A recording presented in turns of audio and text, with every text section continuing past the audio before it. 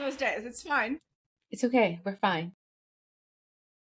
Hello, besties. Welcome back to the Paddocks. Today we got another PGP book club review for you.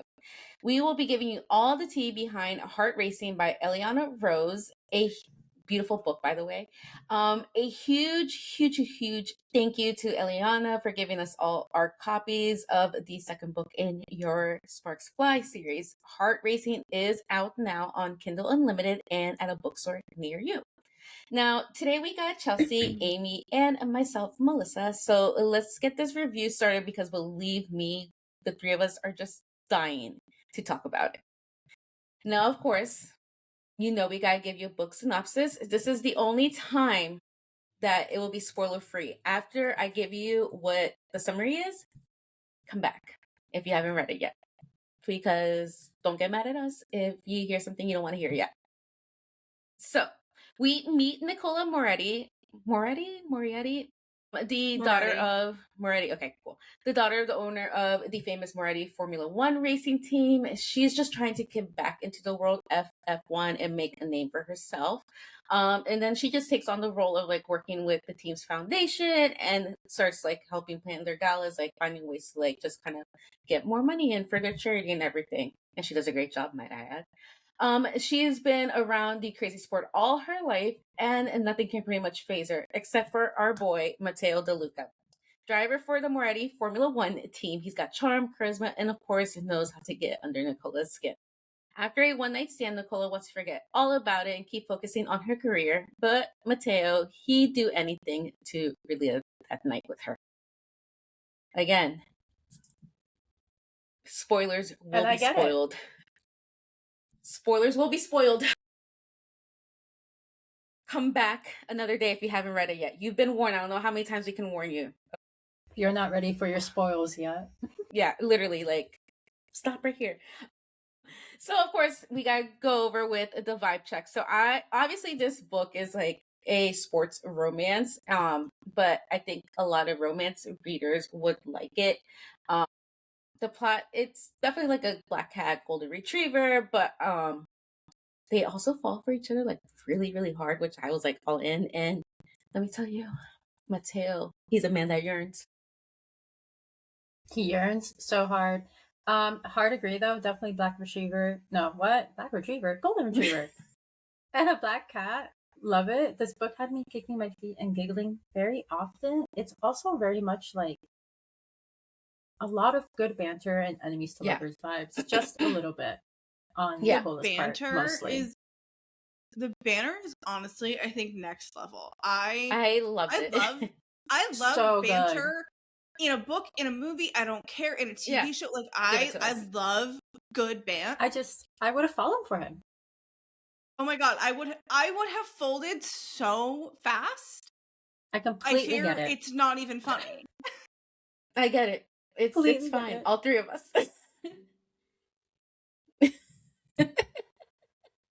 Oops. Yeah. No.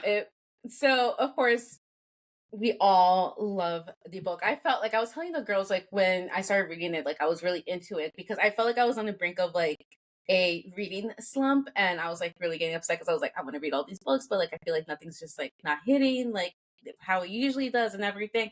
But I am happy to say the book saved me because I just obsessed. I had a very interesting experience with this book because I started this book very far in advance of this episode, and I actually paused and read some other things in between and then came back. But when I came back, I started from square one and like read on.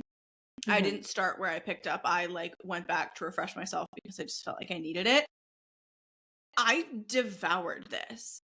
This book is truly everything to me, and I'm so happy I now have a physical copy. If you want a physical copy, I highly recommend Heartbound Books. It's linked on Elliana's site. They're a small business. Some of the copies will come with a cute little piece of art, and I'm not sure if it's all of the copies, but at least some of the copies will be signed. for people. I love the little message she writes. Who like, it's so cute. Have the chance to get a physical copy. I also have to point out, this is just like a me thing, and I wish more authors did it, and that is including a playlist. Oh yeah, with your book. I love that she includes a playlist because I feel like it really helps you get into the mood of the book. And I have to just shout out the fact that like she took the time to do a playlist. I love it. It's definitely so becoming a common thing. Yeah, I was gonna say I'm not too crazy about it. Yeah, I never listened to them, if I'm being honest, unless I think the only one I've ever listened to was someone released like one for this country series I'm reading. I did listen to that one, but that's really it. Yeah, no, I look over it and I'm just like, okay. A lot of the songs that they list, I just don't listen to. I don't listen to. Yeah. Right. It's cute though. But I like to see like I like it. Yeah. I feel like it helps me, even if I don't listen to all of the songs, like just like understanding what they were like what the author was listening to, like inspire them like certain parts. Yeah, it puts you in like the mood of the book and like the feel of the characters. So sometimes I'll just like listen to like a few songs and just like check them out before I start reading. Check the vibe. Yeah, just to kind of be like, okay, am I gonna like, what am I getting myself into? Like, especially if it's something I'm going in blind on, I love when like there's a playlist that I can check out just to like suss something out. I don't know. Poor Lexi, girl wants attention. I know. Honestly, I'm sorry. I love it. Like, initial reaction, I think what really like got me into the story was just the banter between Matteo and Nicola. Everything else looks good setting wise, and I love the plot, but literally just them talking shit basically to one another. I was like, I loved it. This is it. This is exactly the kind of flirting that I like. And this is really funny, but I was talking about this with Melissa. I have a bad habit that when I'm reading books, I have like a lot of cringe moments. I'm like, ick.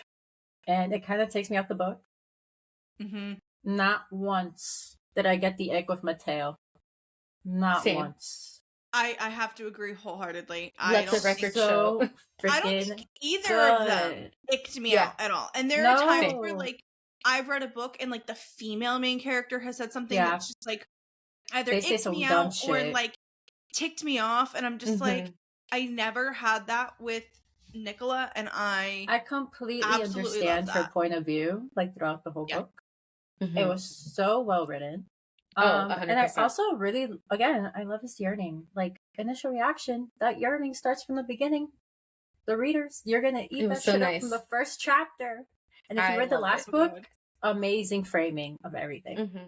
Oh, 100%, yeah. It was so good. I feel like we all, as a podcast, we love when characters yearn. It's just like, if you're reading romance, you like almost like need to see it. Mm-hmm. If a book is a romance book and there's not a little bit of yearning, I feel like you've done it wrong. No, I agree. Maybe that's just a me thing, but I love the like tropes and like themes that were in this book, because I feel like we got a lot of like both of them learning to trust, because they both have serious trust issues. I feel like for Nicola, there was like this whole journey of her finding her self-worth and like her confidence. Like, she's already confident, but like actually not just feeling it, being confident, feeling confident, and like being okay in her ambitions.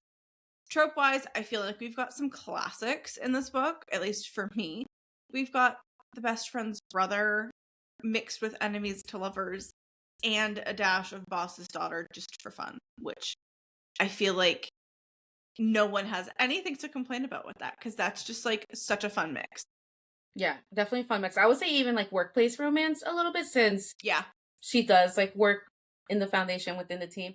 But I feel like the enemies to lovers, like I feel like it's like more one-sided, because like that man Matteo, he was down hard for it. I completely agree. Like, it's very 50. I feel like they started kind of like, at least no way, he was in love with her. Yeah, he was in love with her like early.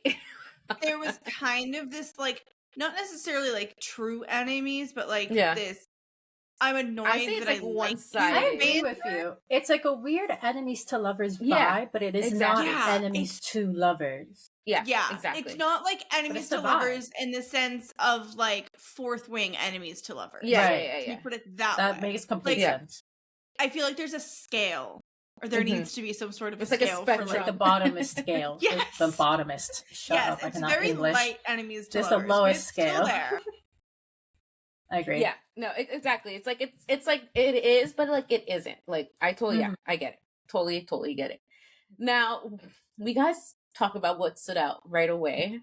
I have to say, we finally meet Dante, which, by the way, we have an interview with Elliana from our winter break mini season, or please watch in between season. Please watch, please listen, because you get more information about this mysterious man that is Dante. Which is very cool. And it happened really early on in the book, and I remember like texting the girls and be like, "We meet Dante, like what is going on?" But somehow the man is like a billionaire. I left with more questions than answers. It's more questions. It's the fact that he's like casually a billionaire. Dropping how much on a painting. Also is like, I love that too, by the way. He's like an art lover. Kind of mobbed up. Like, he's right about the mafia, he's an enigma. by the way. Huh? Stand by that. I was still right about the mafia, so I stand by that. If you read her acknowledgments, it is coming. It will. It is coming. Thank you, Elliana. I love you for listening. So bad. Eliana, please listen to this. I want your book so bad. Please. We need more. Dante is an absolute enigma because I too, like Mel, feel like I have so many questions and so few answers about Dante as a character right now. And I honestly don't know if I love it or hate it or both. A little bit of everything. A little bit of both. Yeah. I like that his character has that mystery to him. Mm-hmm. It's like a dark romance vibe without, I guess, the dark romance. But what I really hope, and I can't remember if she said this in the interview, like if she confirmed it or not, but I really hope it's with Anna. I can't remember. Really wanted to be with Anna. Yeah, there's just something about them. I was looking at her artwork for the third book, and I know it's not them. It's not them. No. Yeah. So no, I think Dante is we're so excited. Separate thing. We're so excited for book 3. I need it in my hands today. The art for book 3 alone has me so sold. I'm so ready. I agree.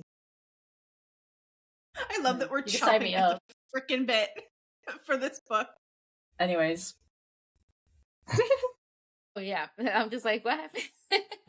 Now I do want to mention I loved seeing like how, of course, like this story is more about like Nicola and then like Matteo, their point of view, like how their story develops, all that stuff. But I really enjoyed seeing that like little tidbits of like Lucia and Alexander's love story and like their development from book 1, from their point of view, you know, and like them like saying like, oh my god, like they're just so in love with each other, like blah blah blah and all these things. And like, I don't know, it was just like, it wasn't too much, but it was just like enough to get like their little insights. And I thought it was just like really cute because like if you don't have, it's an interconnected series, like obviously you don't need to read book 1, but like it's nice to read book 1 because you get a little bit of like Nicola and Matteo's like story.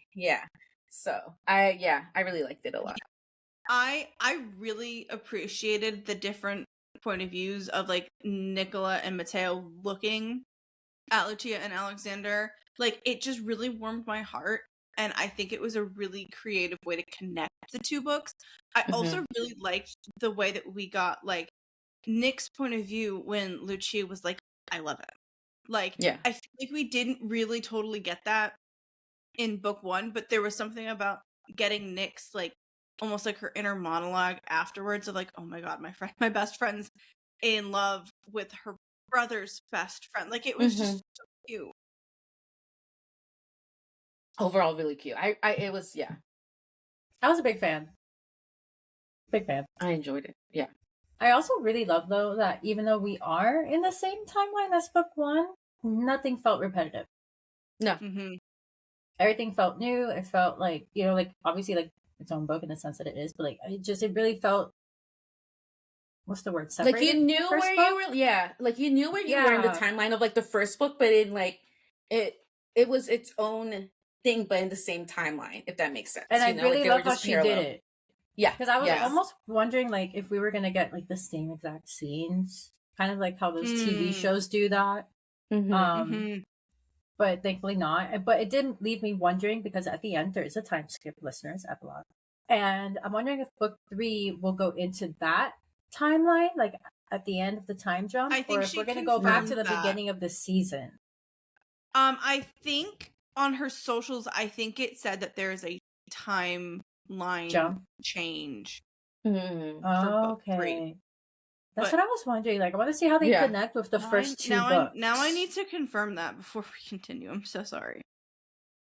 We will confirm book 3 a little later in the episode. We have so much to talk about with book 2. Like, there's just so much to talk about. And I feel like I don't even know if I would consider this a character that, like, stood out to any of us, but it's definitely a character that I think a lot of us had strong feelings about. He stood out, just not for the right reasons. Yes, thank you. Yes, he stood out because I really just despise him, for lack of better words.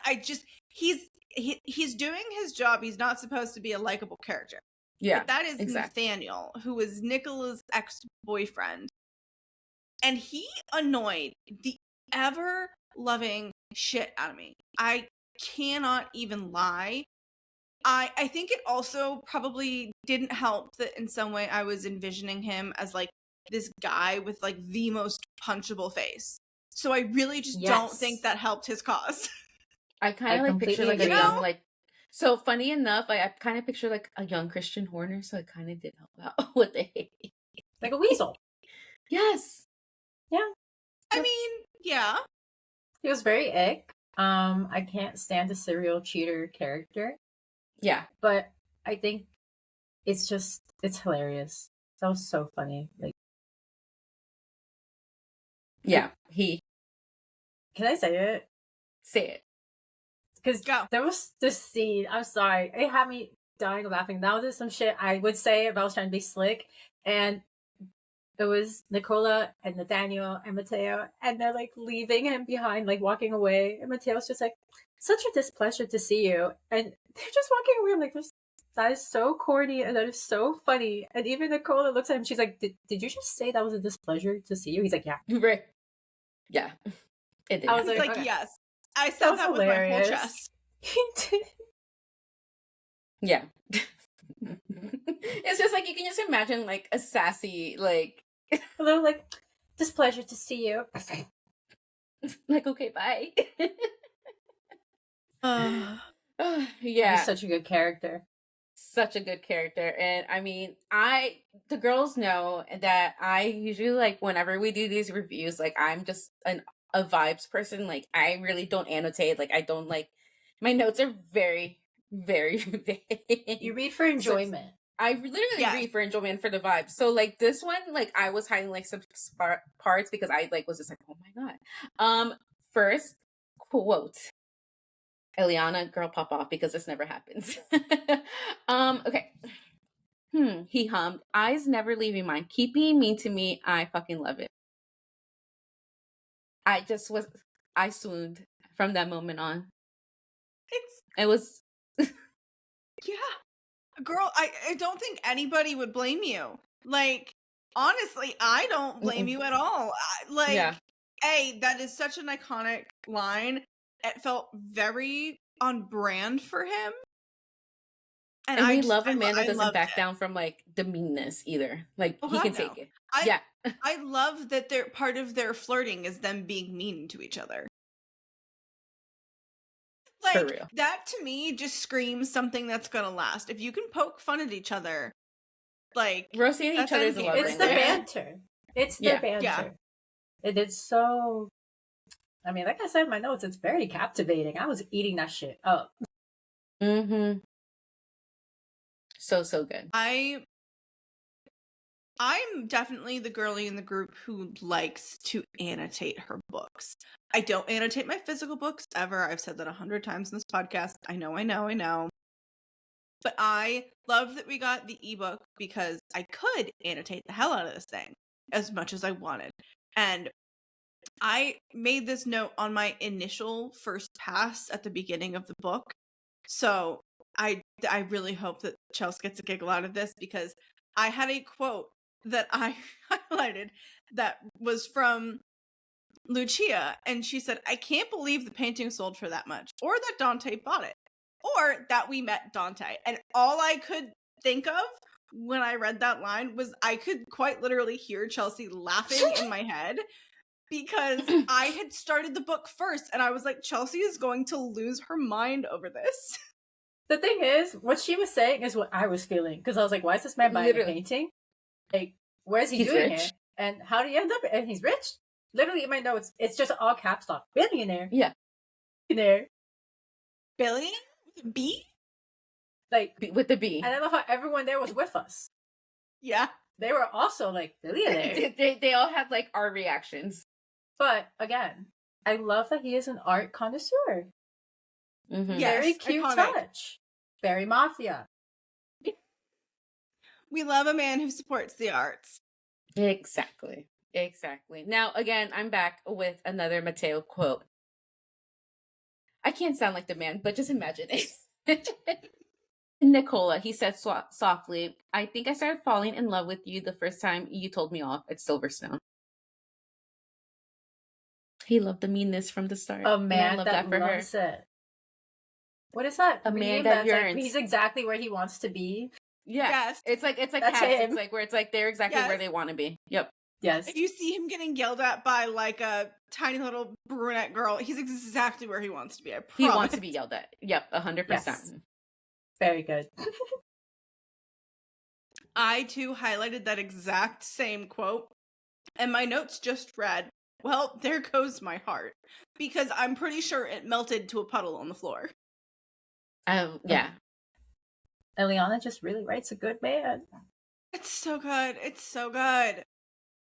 Honestly, one of the lines that really ended up standing out to me, I can't remember if it was, I think it was Lucia talking to Nicola, but she's like, "You don't need anyone, but it's okay to want someone." Mm-hmm. It might have been Anna, but like, bro, hook the line and sinker. Like, yes, you do, girl. That was like literally her whole dilemma. And I wanted to just yell at her here because it's so true. Like, she's just struggling with wanting a relationship because of all of the trauma, rightfully. Yeah, which is fair, yeah. You know.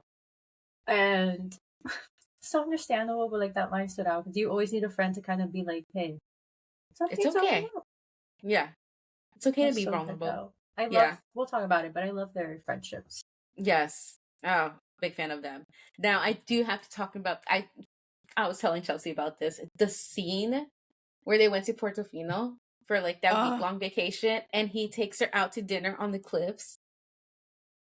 I imagine that TikTok, I'm sure you've seen it, where there's like the restaurant with the ocean there, and the sound, and the beautiful candlelight.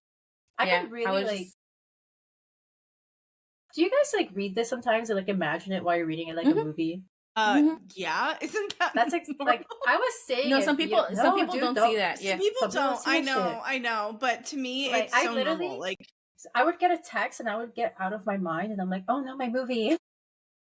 Let me put my movie on pause. Like, but she just writes things so descriptive. Yeah, descriptive. But it's like it's so like, good that it's like not overdoing it. You know what I mean? Like you're able to like visualize it like really well. And it's not too much that it feels like someone could like poke holes in it. Yeah, exactly.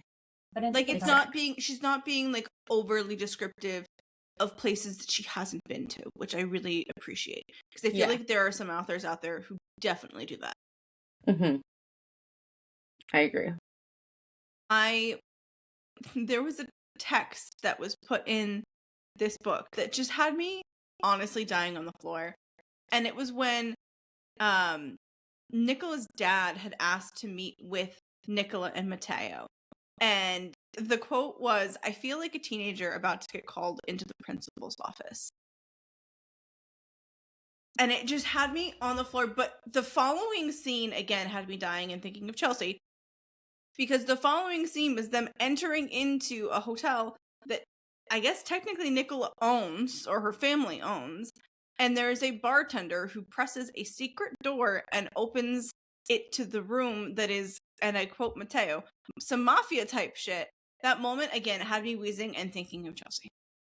All I'm saying is Elliana is very close to writing a mafia romance. I'll read it. We'll be waiting. But we're getting there. We will so be ready for that. I just have to give Elliana her flowers because there were just some lines that she put in that had me borderline close to like emotional. Mm-hmm. And this is a quote from basically the last page in chapter 24. And it reads, because this is the part that the media didn't always see. The family behind the legacy, the heart behind the headlines. And it really hit me in my feels. I feel like it's something that so many people need to like remember and just like need to hear when it comes to celebrities that we love, drivers that we love. Like, I don't care who you're supporting, but like there is like a heart behind the headlines. Like, they're humans at the end of the day. And it felt like such a poignant line and like a really good thing to kind of call out. And I just like, it hit me all up in my feels. No, honestly, there were a lot of moments in this book where I'm just kind of like, really hit. There's this scene, it's earlier than the scene Amy's putting in. I'm so dumb, I should have put it before. But there was a time where Nick and like Matteo were like laying in bed, and she asked me, she's like, if you ever like see a future, you know, with us. Again, I'm imagining a movie scene, and they're like so cute, and there's like a sunset or some shit going into the room or the hotel. I forget where they were. And the line is like, he smiled, but it was small, quiet. And he says, I think about it all the time. I just started crying. It's so cute. Like, it was so sweet. Picture this moment. And it's so sweet. Like, these both characters, like we said, they're and we're back. If you guys saw a clip break. Anyways, I don't care. That scene was beautiful. You know, this book is really sweet. Like, I like that there was a moment for these hard-ass characters to be soft. Mm-hmm. Cute. Such a good, like a rom-com. Yes. The banter was just, like, so right. Good. This movie is so rom-com coded. I love it. Oh, damn. I want to watch it now. Just honestly, I feel like this could talk be to Elliana and be like, contact your people to contact Netflix, Prime, someone. Yeah, I'm like, turn this into a script. This could be so fire. 100%. But I feel like as a podcast of besties, we cannot miss a moment to talk about the besties in this book. Because, oh my god, were there absolute moments of just like what to me felt like pure bestiehood / pure girlhood between Nicola and Lucia, even the trio of Nicola, Lucia, and Anna. Like, I loved it. It was so good to see like healthy female friendships. I loved it. It brought me so much joy. I think my personal favorite moment is with Nicola and Lucia, and Nick needs clothes to go see her dad because all she has is the dress that she wore to the club the night before. And she stayed like with Lucia, Matteo that night. Yeah. That was a walk of shame, if you will. Like the most iconically, like, kind of like fit that felt like it was like both of them in one outfit. And it was just so cute. I wanted to die. I have to say this. If you grew up in fan fiction, I don't like reading fan fiction. There was this website called Polyvore. Oh my god, like, yes. Okay, and authors of their fan fiction would put links so that you could see the outfit they were creating for their character in the story. So cool. And all I could think throughout, because she describes a lot of their outfits because they're kind of fashion girlies. And all I could think while I was reading is, Elliana, I need a Polyvore link. to R.I.P. Polyvore. Like, I needed to come back because I need to see the outfits. There was just something about them that, one, I love how on brand they are for the characters. Yeah. But two, just so, like, well described. I don't know. Again, I kept watching this in my head. No, oh my god, no. Every time an outfit of the girls was described, I was like, I want that in my closet. I want Nick's closet. Oh, 100%. That's my vibe. Same. I love her. I also loved that Nick referred to Anna as her partner in PR crime because she thought that Anna had been, quote, rooting for her and Matteo since day one, or that she just enjoyed the chaos. I just, like, that is so PR girl coded, and I loved it. I don't know. There's something about the friendships, like Lucia calling Nicola Angelica Moretti after Nicola had announced that, like, hey guys, I kind of sort of got the chairwoman position for the foundation. No big deal. Like, no big deal. And, like, that's not even close to Nicola's full name. Like, it to me just really felt so, like, best friend coded. I don't know. I just loved it. Yeah. I am a big fan of, like, their friendship. Like, the friendships and, like, how they're intermingled, the three of them, and, like, when it was, like, two of them, like, whether it was, like, with Lucia or with, like, Anna. But I really like how she was with Gia, because she's such, like, a little gremlin is, like, what I picture. And, like, just seeing, like, how she was just, like, yeah, like, I never thought, like, I'd be good with kids and blah, blah, blah, to, like, she's obsessed with Gia and everything. Yeah. Now, I do have to mention, I had it in my phone, so I do have to take out my phone to see my notes. So there's a scene where they're at the first gala. I think, no, it's the one that she had organized, I believe. I literally have the scene where Nathaniel showed up to the gala and Matteo saved Nicola by acting like her date. He just, like, swooped in and was just like, no, like, she's with me. And they just go. I love that. I was just like, a big fan of their interactions. Yeah. Yes, like, he'll white knight. He's such a, like, a shameless flirt. Yes. There's no holding him back. No, not at all. No setting, no people. No, I mean, even, like, when they were with her dad, like, he was being affectionate with her a little bit. And, like, even when his family was around and, like, his parents were there, like, it was so cute. I loved it. You know what I think? This is so random, I'm sorry, but you know what I think? I think one of my favorite things about him that ended up happening throughout the story was, like, his initial jealousy with Carlos. Oh my god, yeah. And, like, how bad it got to the point where Carlos is on his phone texting Nick, gets a cute little photo, and this man blows up. And all I could think was how embarrassing. For that and revelation. All of this to happen, for Carlos to just look at him and be like, I'm gay. Like, you're an idiot. Like, bro, I don't even like her. Like that. Yeah, like, she's not even my type. Like, not even, like, she's not even my type. She's the wrong gender. Literally. It's like, and it's funny because, like, I, like, even, like, when you would see, like, the interactions from, like, his point of view before, like, they blew up and everything, like, and even, like, when it was from her point of view, I never got that vibe that Carlos was, like, into her. Never. I always felt like it was just, like, they were just, like, best friends, like, those, like, platonic, like, friends that have known each other for, like, so long that they're more like siblings. There was, oh my god, there was just moments where I got so frustrated with him. No, do you guys, oh wait, do you also remember when they're, like, arguing, he's like, you're infuriating. You know what that reminded me of? Anthony Bridgerton. And she's like, I am going to India. He's like, but that is not far enough. That's how that felt. Yeah. It was so good. I don't know. I really, really loved Matteo and Nicole's banter. There's, like, nothing else I can say. Like, it was 10 out of 5. 5 out of 10. I don't know. What is so it? Good. It's so good. I don't even know. Normally we like to do, like, a hot take on a main character. I don't even know if I'd call this a hot take, people. But, like, I really and truly thought that, like, Lucia was my favorite female main character in Elliana's world, and oh my god, did Nicola make me eat my words, because Nicola absolutely has now stolen my heart and is my favorite. I love her so much. I like her tenacity is like she's just like inspiring. There's something about her that I'm just like, I need to like channel my inner Nicola Moretti more, I fear. We all do. I will say you're more of a Lucia to me. Very sunshine. I can see that for you. I think Melissa's more of a black cat in the best way possible.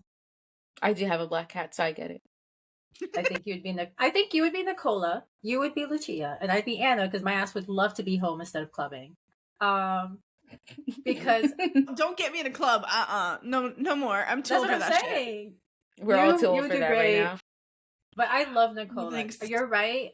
I think what it is that she's very driven. Yeah. And like we all kind of we resonate with that with her. Yeah. Because we're all very driven. Yeah. So I definitely get that. But I do think with Anna, if she gets a book, which I can't remember, but like I would eat it up. I would eat that shit up. There's something about her that I just really relate to. Because, you know, I would choose babysitting my friend's baby over going to the club. 100%. Oh, hell yeah. I'd be like, give me that baby. So, yeah. I love her.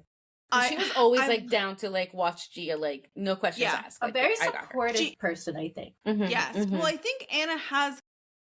She does have kids. Has kids. Yes, so she does. Like, she does. I think it's also there's something to be said of like somebody who gets what it's like to be a parent of a little one.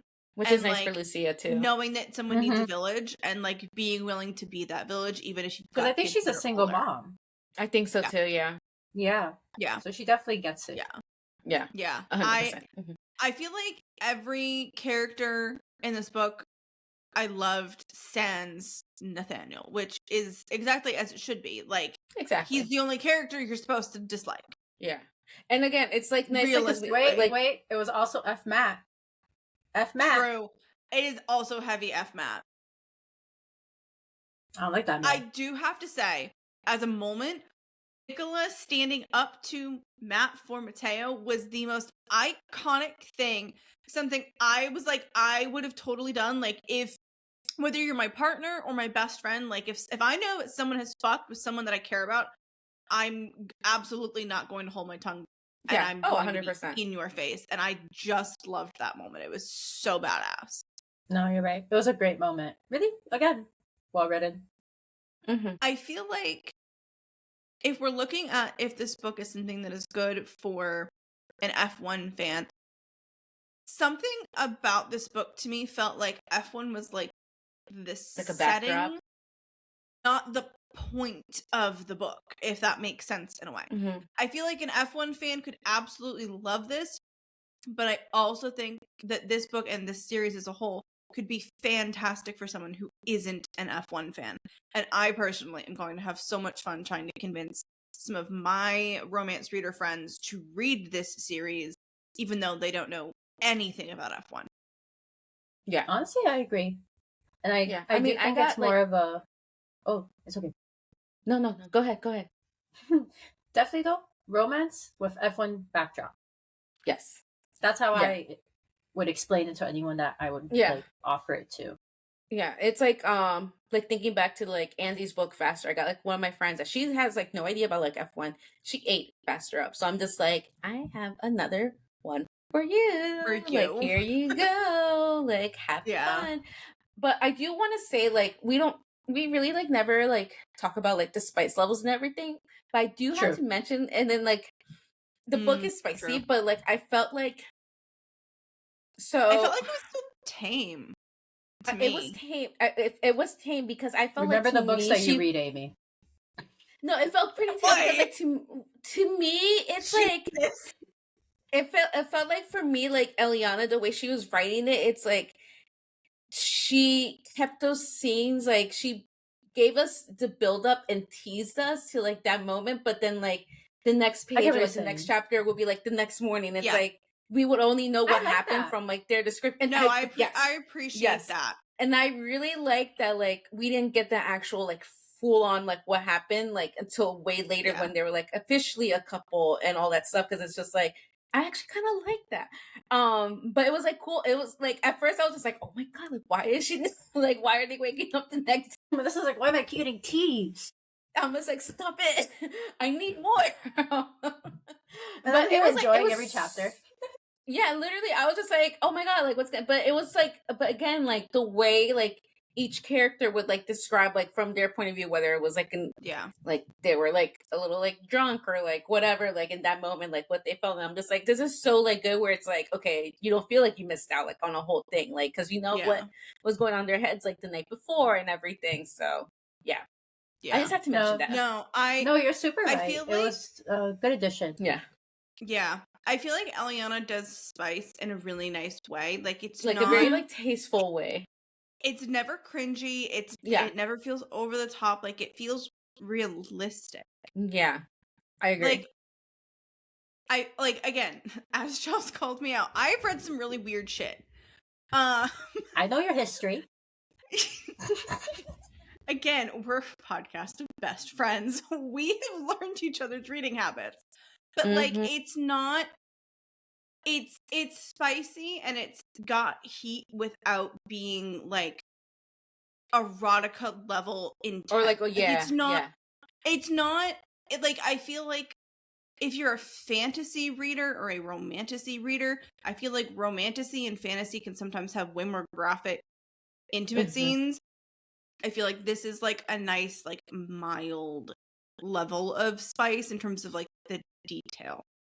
Yeah, it was like closed door, but to like the very end. I will say, as I think the only one on the podcast that doesn't really care for smut, it's a little much for me for one of the chapters. One of the chapters, I completely skipped that shit. I was just like, I don't really care to read this. So that's the only thing I will say. If you're like me, that you really don't care for it, like, there's only one scene that I overlooked. Everything else, I agree, it was very well written, and I actually read it, and I was like, oh, this is really good. Then there was one scene I'm like, oh, we're gonna end this. Okay, I'm just gonna. You're like, this is we're gonna skip it. Went ahead, yeah. So that's the only thing I'll say, because I don't read that much smut. Yeah, and that's okay. Not that there's anything wrong with it. Yeah. No. I get it. I used to read a lot of it in fan fiction, but the older I got, the less I read it for some reason. Yeah, I definitely moved away from it for a while. I too. That's you know what? Wait, I think that's the better term. I have phases. Yeah, I think that's what it is. Like phases. Yeah. You go touch grass, everyone. Yeah, I like sometimes you really like just need something light. Like it's the same thing with like how I read in general. Like sometimes I really just need something light and fluffy. Yeah, especially like in between like all those like fantasy. Or I mean, like a great example is as crazy as Faster was. I think I read everything, which is iconic. So or even like Simone's books too. So like Ride With Me. Shit. Yeah. No, Simone was crazy, bro. Anyways, I'm so sorry. Back to this book. Back to this one. Read everything else. So good. Proceed with caution. I do have to say, again, I'm not like, when I think of the characters in the story, I'm not really thinking of a specific driver or anything, actually, which I think is awesome. But when she mentioned the side character Carlos, Nick's friend, who is a gay man, I'm not saying our Carlos in real life is gay. I'm just saying that for the rest of the story, I imagined that Carlos as the character. So valid. Do it that way you will. If you're going to read the book, I might have just done that for you.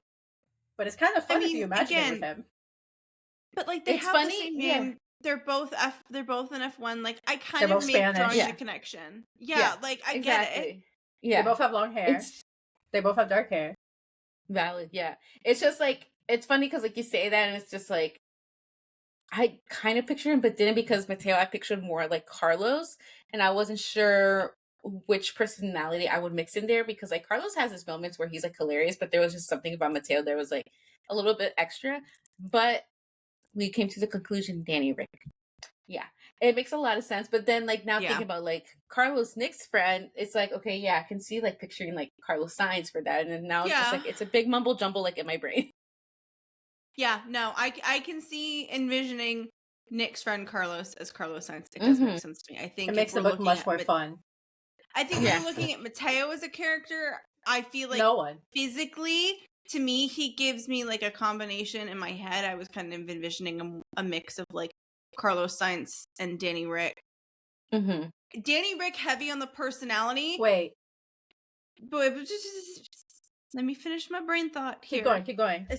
Especially because, again, when I look at this picture, this particular piece of fan art, you cannot tell me that curly-headed man does not give you Danny Rick energy in some ways.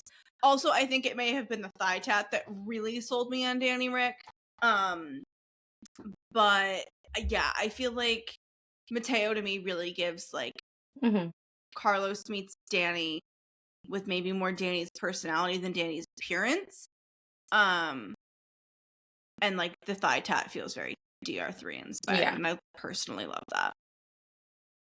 This is giving Charles Leclerc. Yeah, I know. I'm confused. It's like my brain gets confused because sometimes I would picture him too, but at the same time, I'm just like, but then I picture someone like more Italian, and then I'm like, but there's really, and I'm like, that's not Charles. Yeah, it's not Charles, and then it's just. So I will say the artwork. But I also appreciate that though. So you do have to. I guess I do. Like we do have to keep in mind her artwork is done by different people. Like this is the official artwork creator for her story. And I think what you received in your book was something that she had in collaboration with an artist that liked her book. Probably. I think so, yeah. I think that might have been a piece that she might have done. She does not Or something like that. But I don't think that's from the original artist because they're completely different looking. Yeah. Yeah, I'm not 100% sure. That's why I couldn't imagine Danny Rick, because I imagine Danny Rick as a very nice tan man, and that is a white man. I had more his personality in there. Tan? Really? I think Danny Rick really tan. Yeah, I was just saying that man is not white at all. He's pretty tan. He's in the sun a lot. He's from Australia. Yeah, so he's tan because maybe he's that, but he's still tan. Yeah. Well, I feel like when he was like in F1, I feel like he was paler because he wasn't in the sun as much.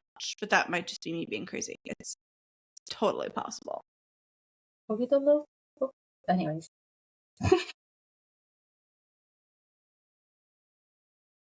I feel like whenever we do a book review, we have a few things that we have to bring up of like, this didn't make sense or this thing seemed off. It happens. Race calendars everywhere. Stop. The race calendars crazy. We're getting over it. Or we're like moving on. the outfit that they put somebody in doesn't make sense for the climate, what have you. Yeah. After getting to speak with Elliana in real life and knowing she is as much of an F1 girly as we are, she definitely did a killer job on the race content that she did give us, even if that didn't feel like it was the main focus of the book. No, I agree. I enjoyed the small spurts that she did give us when we were reading from Matteo's point of view. And he was behind the wheel and everything. But I think it's also, like you said earlier, she keeps it minimal enough that you can't call her out on it being wrong. Yeah. So that's probably like the smartest thing you can do, probably, for this. Yeah, I definitely. That is very true. Yeah, because I like that it was like mentioned enough. Again, how we like talked about like not too long ago, how it's like more like a backdrop like setting, but it doesn't like the plot or anything like that doesn't like revolve around F1. It's more like, yeah, he has his career in F1. Like, here's what he does. Like, okay, it's race weekend. Now it's not race weekend. Let's go over what goes in between like race weekends, which was like, I liked how it was balanced like that for sure. Yeah, I have no complaints about that. I really liked it because I have to say 5 stars for me. No notes. I'm already thinking about like rereading this book. I'm actually kind of sad that I couldn't find it today at Barnes because I was telling Chris about it. I read it on Kindle Unlimited just so like our girl Elliana can get some points. And I told Chris, I was just like, I want to get it because like we got the first book from her and like the second book was just so good. Like I need the physical copy. They didn't have it. I was very disappointed, but I will be going to some local bookstores here where I'm located and hopefully I have more luck. If not, I'll just order from her website. I need book 3 in my hands like yesterday. Yeah. I think if you tell your local Barnes and Nobles that they don't have a book that you want in stock, they will figure out how to get it. And sometimes it will trigger them to actually stock it on shelf. Yeah. I'm gonna check out my local Support the local small businesses. Yes. I very much so am more of a support the local bookshop kind of girly. Mm-hmm. I just knew that none of the bookshops near me were likely to have it. So it was just easier for me to go through Heartbound. And they were quick with your shipping. Yes, I ordered this book on a Saturday and it got to me on a Thursday. Like all the way from California, which is crazy fast when you're thinking about getting something from California to Boston. When I think Chelsea sent me something from Florida and it took like almost a week. Yeah. So like their shipping is crazy fast, and it came in the cutest little package with extra stickers and a bookmark, and it came in like literally the cutest package. I am definitely going to be buying more books from that shop if I want to support like a small bookshop and don't find whatever I'm looking for near me. Rating wise, I am absolutely right there on the same page with Mel. It is absolutely a 5-star read for me. I gave For the Thrill of It All, which is book 1, a 4-star, and there is absolutely something about Heart Racing that just pushed it over the top for me to give it a 5-star. I think it might be my favorite book that I have read so far this calendar year. Same. It's one of the top ones for sure. I definitely agree. I also agree 5 stars. Amazing. This is beautiful. I'm never going to skip an Elliana book. I've decided never doing that again. Would be a mistake, because while I love Alex and Lucia, I'm afraid that Matteo and Nick's book, beautiful. That is the man I would have fallen for in a heartbeat. 5 out of 5. We'll read again. But absolutely. Before we end the episode, I do want to let listeners know Elliana is already working on book 3. Okay, we have a new set of main characters. Their names are Theo and Maisie. You can go on her Instagram to learn more about the book. She already has some blurbs out there, some art, so that you can learn more about it. It's going to be called Before the Lights Go Out. So excited. And it's going to release this fall. So it's actually coming out really soon. And I think that is perfect because I'm so here for it. I feel like 2026 is the year of like the top-notch grade A F1 romance. And I am here for it. I love it so much. Thank you so much, besties, for joining us for book club. I do feel like we have to make a little PSA. If you have any book recommendations for us, please make sure that you drop us a comment or slide in our DMs. Let us know what things we should be adding to our never-ending TBRs, and maybe we'll add it in for book club for this regular season of PGP. And of course, if you loved Heart Racing as much as we did, let us know, and make sure you go let Elliana know. As always, you can find us on socials at Paddock Girls Podcast. You can find us on TikTok, Instagram, Threads, and YouTube. Join us next time for a Japan Grand Prix recap. Until then, we will see you on the next lap. Bye. Peace. Goodbye.